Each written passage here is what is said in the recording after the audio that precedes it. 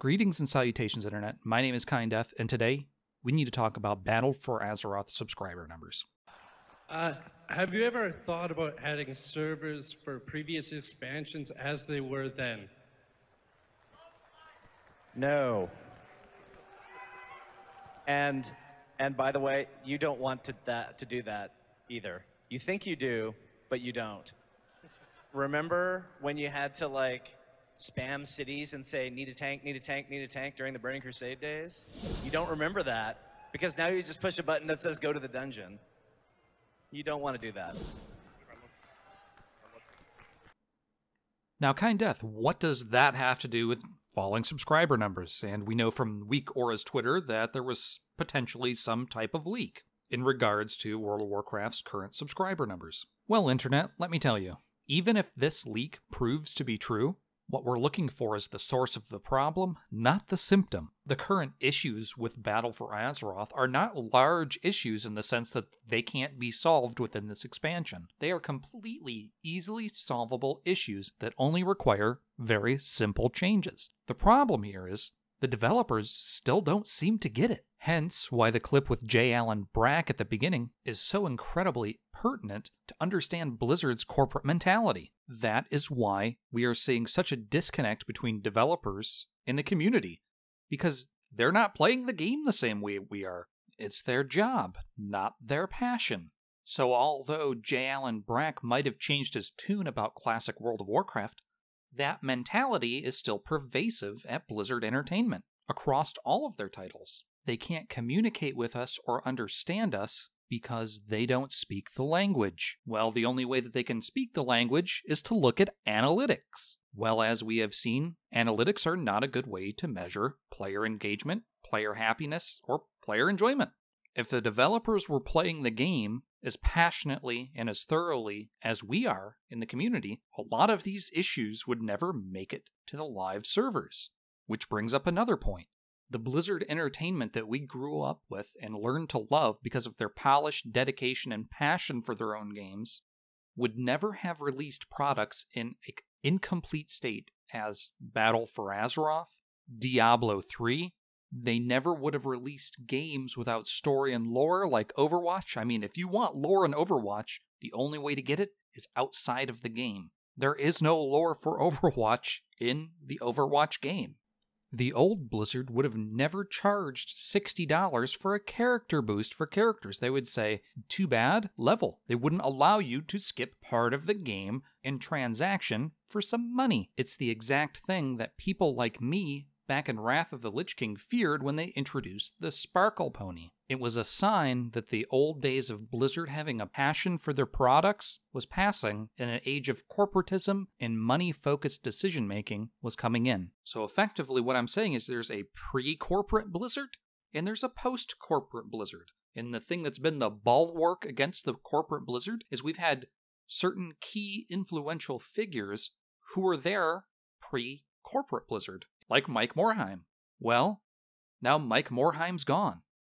And I think the people that actually have to fear most about Mike Morhaime being gone is the StarCraft 2 community, because it's pretty clear that he is a huge real-time strategy StarCraft fan, and I think he was really the one pushing forward the development and success of that genre. With Mike Morhaime gone, we might never see another real-time strategy game from Blizzard Entertainment, which means that we might not ever see a Warcraft 4 or a StarCraft 3. This is not just my opinion, however. Take somebody else's word for it who knows a little bit about Blizzard Entertainment as a company. David Brevik headed up Diablo 1 and Diablo 2. He was the CEO of Blizzard North, and he was offered the chance to come work for Diablo 3, but decided to go work on Path of Exile. Why do you think that is? Well, I have some ideas about that, but let's hear what he has to say about Blizzard Entertainment. I highly suspect, though I have no inside information, no factual knowledge, that Morhaime was let go. Today, or yesterday, they announced a change to the Blizzard profit sharing program, in that it's gone. And so I would suspect, given that Morheim resigned a couple days ago, they resigned over this. There's public knowledge that the employees of Blizzard are not going to make as much money. Not like a lot less money than they were.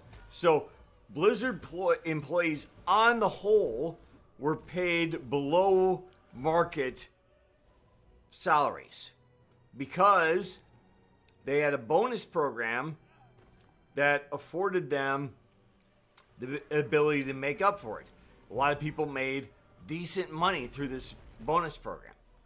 But today or yesterday, they announced that that program is gone.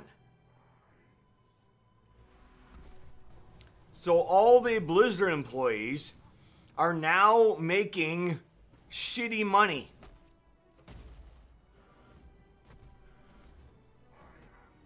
Worse than they did by a long shot. A lot of Blizzard employees made double what they normally did through the bonus program. So removing that means they make a lot less money, and therefore I predict that we'll see a mass exodus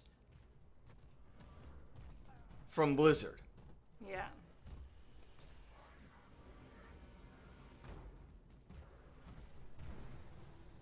Note that this was on his wife's Twitch stream the day after Mike Morheim stepped down as CEO. She is known as the Jungle Queen, which I will provide a link to below the video. She's actually a really, really good streamer if you haven't followed her or watched her content. And David Brevik is there many times sitting there with her, giving really interesting insights into games and development and all that kind of stuff. So if you're into game development or an old guard Blizzard fan or somebody that liked Diablo 1 and 2 a lot, highly encourage following her stream. Highly, highly encourage it. And keep in mind, there's a lot here that he's not saying. He knows a lot of people that still work at Blizzard or have left Blizzard. I mean, this guy was not just another employee there.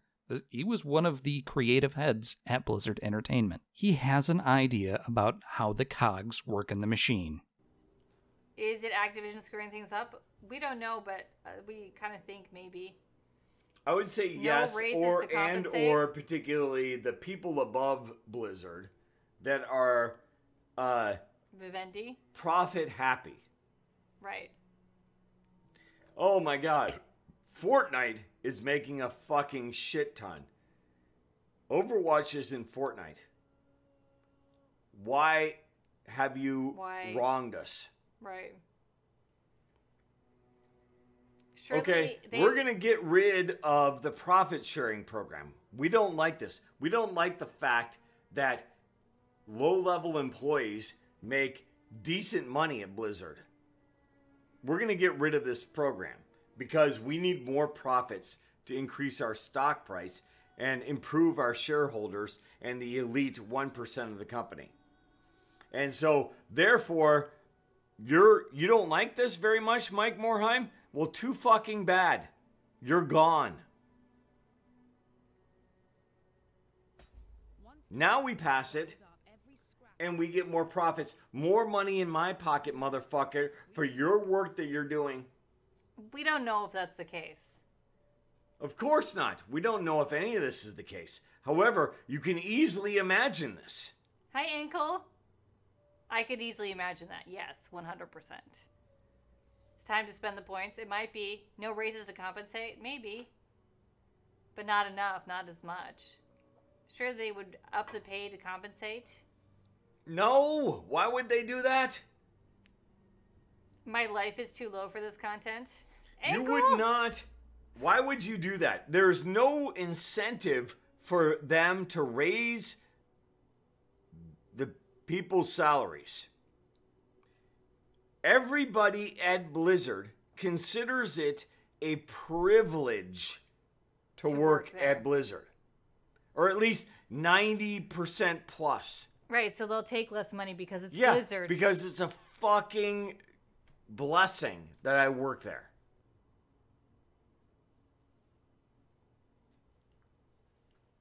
Anyway, it'll be interesting to see what Blizzard comes up with. I know some of the things that they have planned. And we'll see how it goes. Oh, wow, I'm behind on chat.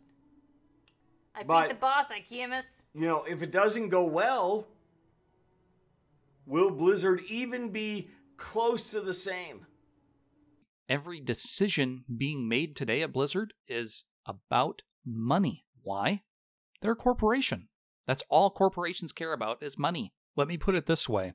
I wouldn't be shocked to see at BlizzCon 2018 some kind of Diablo 4 game being announced that had some kind of battle royale type system baked into it. Once upon a time, Blizzard didn't care about the new hotness. They only made things that they were passionate about. How long did the community cry about getting a Heroes of the Storm game, where all the heroes of the different Blizzard universes battled in a MOBA against one another? How long did Blizzard deny that request? Because they weren't passionate about it. In a time where MOBA games were dominating the marketplace, kind of like Battle Royale is today, Blizzard didn't care. They didn't care. They walked to the beat of their own drum. But today's Blizzard is not yesterday's Blizzard, and there's nothing we can do to make Blizzard not corporate. It's happened, it's done. There is no turning back the clock. And I think a lot of the people in the Blizzard fan community are exiting that denial stage of reality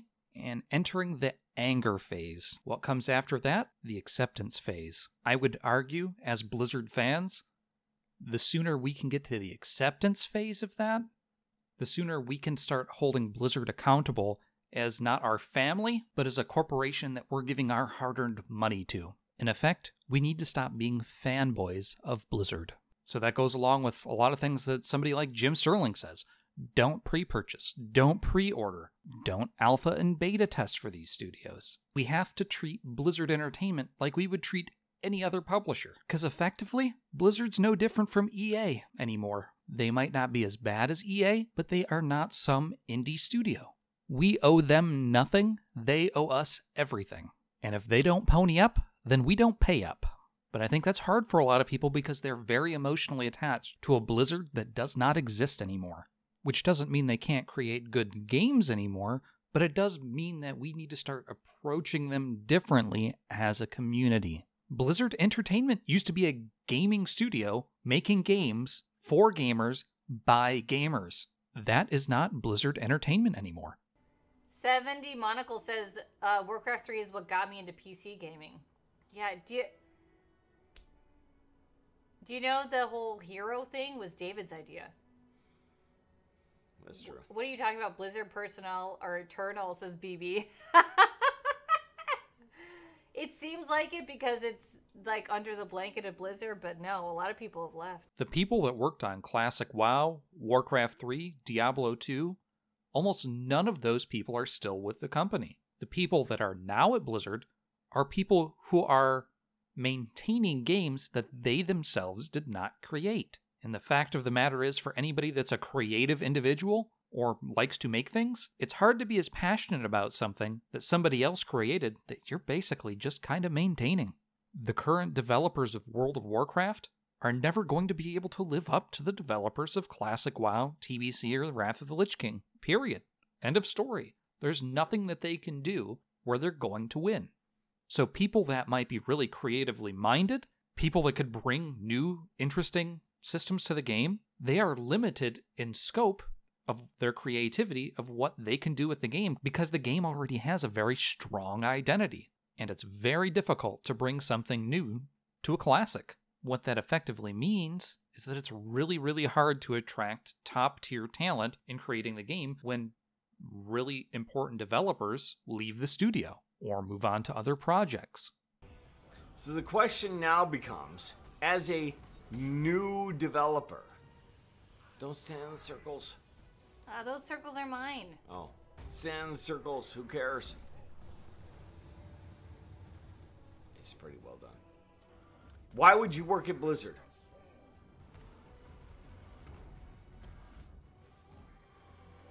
If you're trying to make a name for yourself, if you're new to the industry, if you're a mid-level or below designer, Why in the world would you work for Blizzard? You're not going to get notoriety. You're not going to get profits now. You're not getting paid. You're not getting paid. You're getting below average wages. Yes, I got it. What would be the incentive to work there? Well, it's still Blizzard, so there's going to be a lot of It's people. Blizzard for another 3 weeks. No, my point I'm is... telling you, 3 years from now, Blizzard... In fact, I don't even think Blizzard today is what Blizzard used to be. But Yeah. Blizzard 3 years from now, I don't think will be even Blizzard today. It's going to be Activision. Yeah, of course. Activision is taking over. Activision is winning at this slow game. Activision is exiling all of the Blizzard executives. You deserve recognition. We don't know for sure, but that's what we think, maybe. It sure seems that way. Sure seems that way. Metzen, Pardo, Morheim. There's a lot in the last couple of years of the most influential people at Blizzard. The top 5 most influential people at Blizzard, 3 of them are gone in the last 2 years. And I would say maybe even 4 of them. And barely anybody can even say who the others are. There is no replacing Mike Morheim. There is no replacing Rob Pardo. There is no replacing Chris Metzen. I agree that it's going to be different, but I don't think that the public, the general people, will know that it's different. That's what I'm saying. People will still go work there because it's Blizzard, and that will continue So for a do while. the general public, do the people know that the people in charge of the latest WoW expansion are not the same people that were in charge during the launch of WoW and Diablo 2 and Warcraft 3? I'm not sure how many people even think about that. You know what I mean? Can I have the beer? Maybe time to get the old team together and form the snowstorm. Yeah, maybe. Snowstorm. Starting with number 1, Mike Morheim. 70 Monocle says, I believe in you. I believe you, Santa. I believe in you too, 70 Monocle.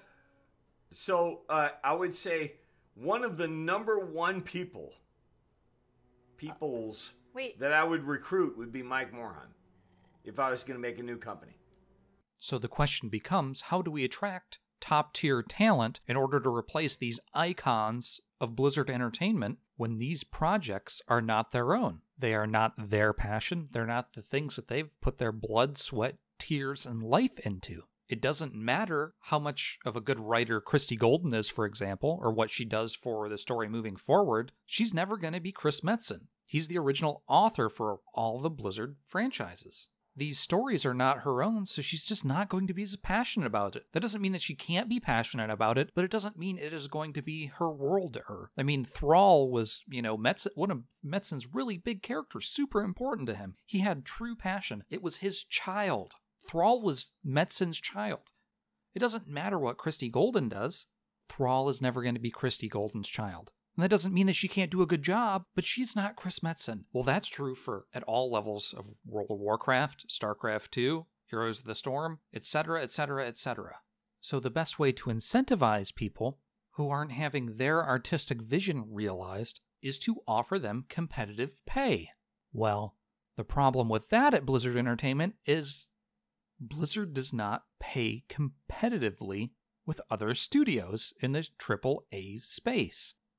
So what is the other solution to this talent issue? Offer people who used to work on these games, that used to be super passionate about them, so much money that they can't turn you down. That means offer David Brevik so much money that he would turn away from making his own game in his own studio to come back and work on Diablo. They already kind of did it with Alan Adham. I mean, he was basically the creative genius behind World of Warcraft Classic. They've brought him back, but he's working on other projects. But there's other things and other people you can bring back. Find a way to get Chris Metzen back on board. Find a way to get Mark Kern back on board. How do you find that way? Offer them so much money they'd be stupid not to. Are they going to do that?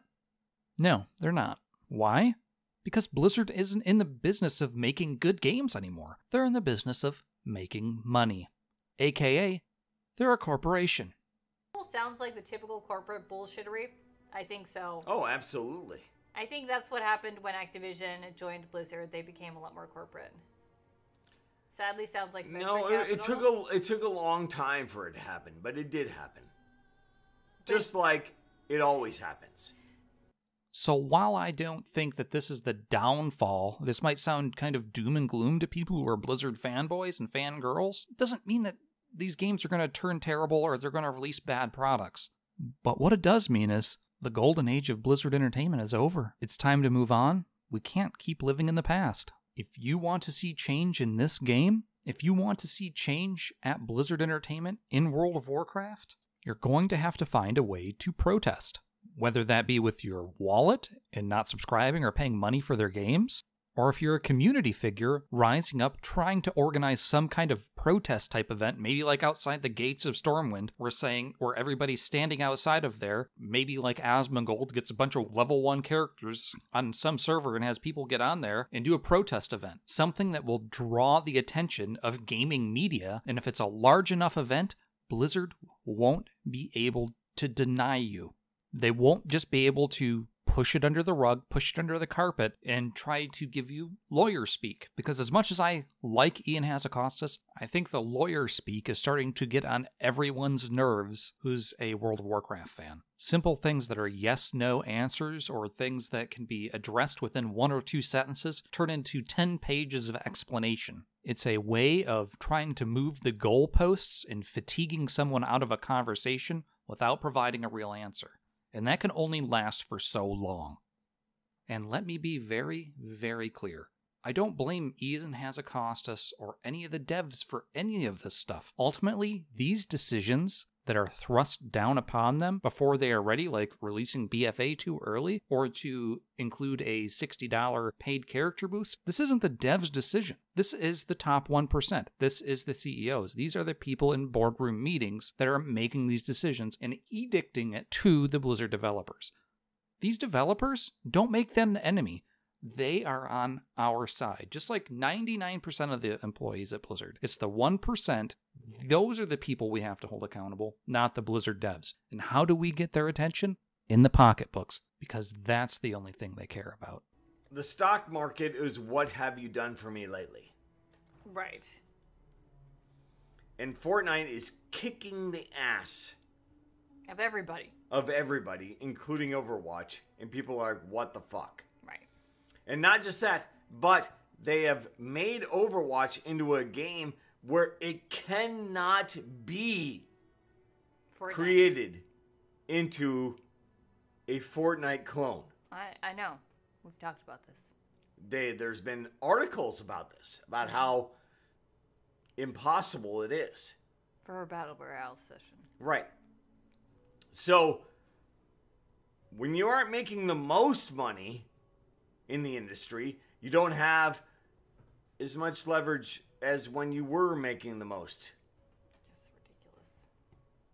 What I'm ultimately trying to say is don't let Blizzard take advantage of your loyalty that you have shown Blizzard Entertainment over the years. Because they are. They are preying on it, and they are taking advantage of you, knowing that you're probably not going to unsub, that you're going to keep buying their games, that all you're going to do is create YouTube videos or go to the forums. That's not enough.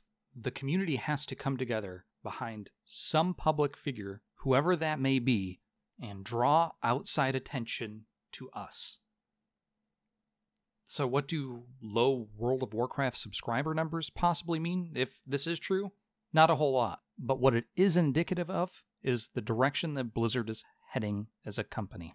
And that the patience of Blizzard fans is not infinite. very few games or other companies would be afforded the patience that the Blizzard fanbase has given World of Warcraft, Battle for Azeroth, and Blizzard as a whole, and they need to be held accountable. If this were another studio or another game, they would be dead in the water. Making mistakes is completely fine. The community is going to be completely understanding of that. What they're not going to be okay with, however, is you not acknowledging those mistakes and acting like they don't exist and treating the community as though they are stupid for having the feelings and opinions that they have. That is unacceptable. And without people like Mike Morhaime there to protect us, as the CEO, little side note here, note that J. Allen Brack's title is not the same as Mike Morhaime's. He's not CEO, only the president. We have to protect ourselves, because no one else is going to do it for us. Not anyone at Blizzard anymore that has any power anyway. Be the change that you want to see. That, or accept the reality of the new truth. These are just some of my thoughts anyway. What do you guys and girls think? Is Blizzard the same company in your eyes? Was the stepping down of Mike Morhaime a symbolic changing of the guard, or was it more a erosion over time? Do you think it's something that we can impact and change, or do you think it's just something that we have to accept? Let me know what you think in the comments down below. If you liked this video and would like to see more of these types of videos, please leave a comment and don't forget to click the bell. My name has been Kind Death, and have a good day.